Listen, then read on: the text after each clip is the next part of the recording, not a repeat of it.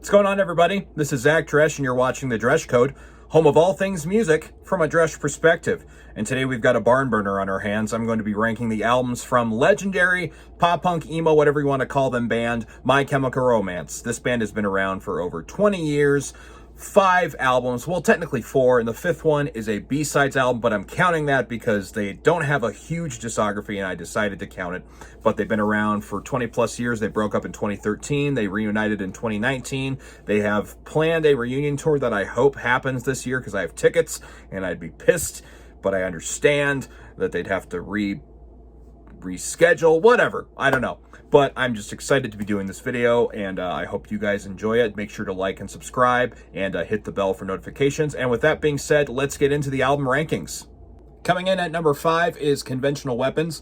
This is technically not an album, but it kind of is because they recorded all of this in 2009 before they ended up doing Danger Days instead. A lot of great songs on this one. Ambulance has this beautiful choir kind of vibe to it, and it's this huge power pop anthem that I can never get enough of. Same with Gun. That's such a catchy song. Just the vibe of that whole thing. Love the drumming on that track, especially by Bob Breyer. Just such a great song. There's a lot of excellent ones as well. Boy Division, Tomorrow's Money, The Light Behind Your Eyes. All these tracks are just so great. However, they're not quite up to snuff for me compared to the other 4 albums, but there's so much here to enjoy. Make Room is a cool banger. There's a lot of cool stuff on it. Definitely wide variety. There's some ballads. There's some hard-hitting garage rock tunes. Just check it out if you haven't already. Conventional Weapons at number 5.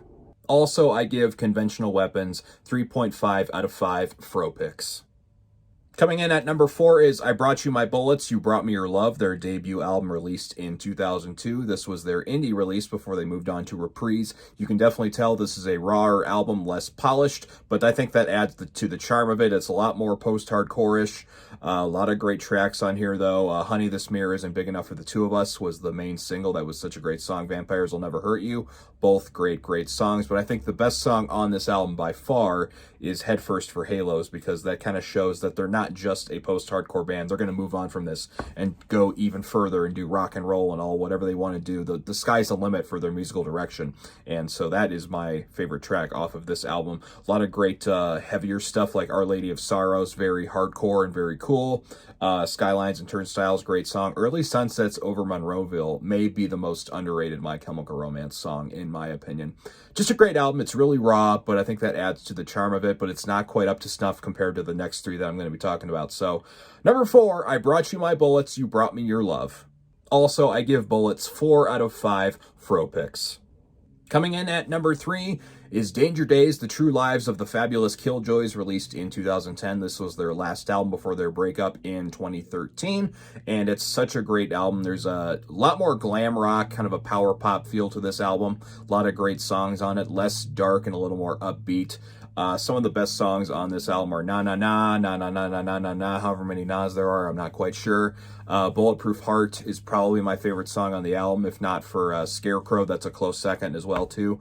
Summertime was a track that Mikey Way wrote the riff for. That song is fantastic. The second half of this album is way better than the first, and the second half makes this album so much better for me. I know a lot of people that put this album at number 1, and I don't blame them for it at all, but the next 2 that are coming are just so legendary that you can't cast those aside. The only tracks that don't do it for me on this album, Sing is a little cheesy, same with Planetary Go.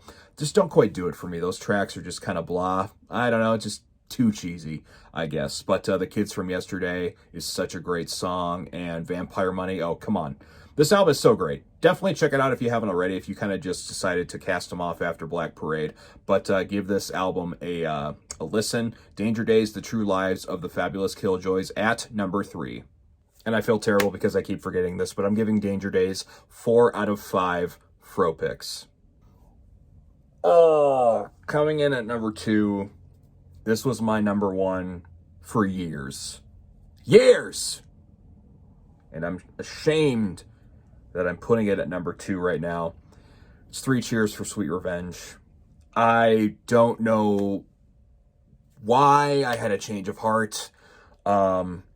This and number 1 are perfect albums in my opinion, but this one just slightly below. I don't know what it is, but both albums are damn near perfect.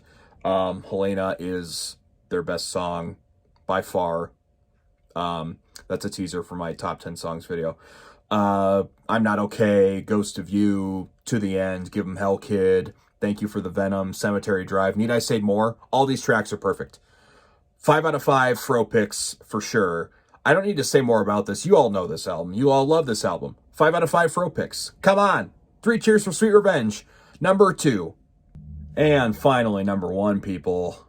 The Black Parade. This album is perfection. Every track. The End.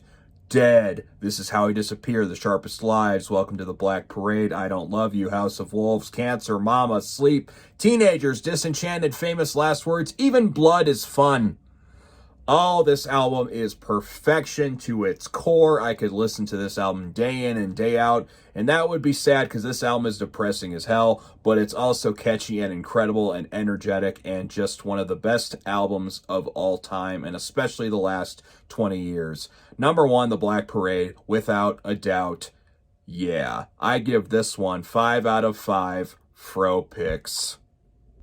Thanks everybody for watching the video. How would you rank the My Chemical Romance albums? Would you rank them like I did, or would you do the exact opposite I did out of spite? Let me know in the comments. Please like and subscribe and hit the bell for notifications, and we'll see you on the next episode of the Dresch Code.